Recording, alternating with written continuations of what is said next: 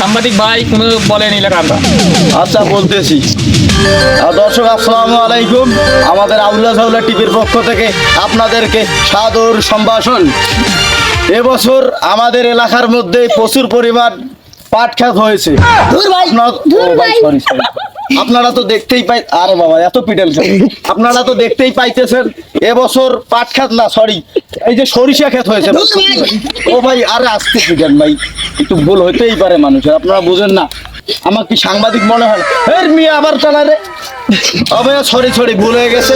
এই বছর আমাদের এলাকার মধ্যে প্রচুর পরিমাণ কলা গাছ হয়েছে। ওই দেখেন ভাই, আরে বাইরে আবার কি আপনার তো খুলি দেখছেন ভাই, এরকম করলে কি চলে না? সরি।